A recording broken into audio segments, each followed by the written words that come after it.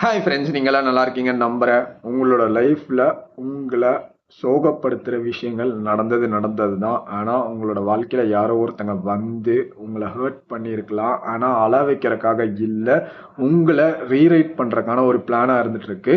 நீங்கள் சந்தித்த துரோகம், நீங்கள் சந்தித்த ஃபெயிலியர், நீங்கள் சந்தித்த ரிஜெக்ஷன்ஸ் இதெல்லாம் வந்து உங்களை வந்து டிஸ்ட்ராய் பண்ணுறதுக்காக இல்லை, உங்களை வந்து ரொம்பவே ஸ்ட்ராங்கராகவும் ஸ்ட்ரென்த்தனாகவும் மாத்துறதுக்கான வழியாக இருந்துட்டு இருக்கு. ரொம்ப முக்கியமாக ஒரு நாள் நீங்கள் ஃப்ரெண்ட்ஸ் சர்க்கிள்குள்ளே பேசல உங்களுக்குள்ள வந்து பார்த்தீங்கன்னா நிறையா பெயின்ஸ் இருந்திருக்கு.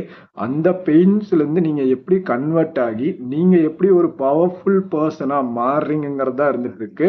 உங்களோட ஸ்டோரியை பற்றி கேட்கல நிறைய நபர்கள் வந்து ரொம்ப கூஸ் பம்ஸாக இருந்துட்டு இருக்கணும். எப்பவுமே வந்து ஒரு பெயின் இருக்குன்னா அந்த வலி வேதனையிலிருந்து ஒரு ஸ்ட்ராங்கராகவும் ஸ்ட்ரென்த்தனாகவும் பர்சனாக மாறணும். அந்த வலி வேதனைக்குள்ளேயே போய் நம்ம டிஸ்ட்ராய் ஆகிட்டு அப்படியே நம்மளை அழிச்சுக்க கூடாது. அதுலேருந்து நம்ம எப்படி வெளியே வரணுங்கிறது தான் இருந்துட்டு இருக்கு. இதை பற்றி நீங்கள் என்ன நினைக்கிறீங்கிறது வந்து கீழே கமெண்ட்ஸில் சொல்லுங்கள்.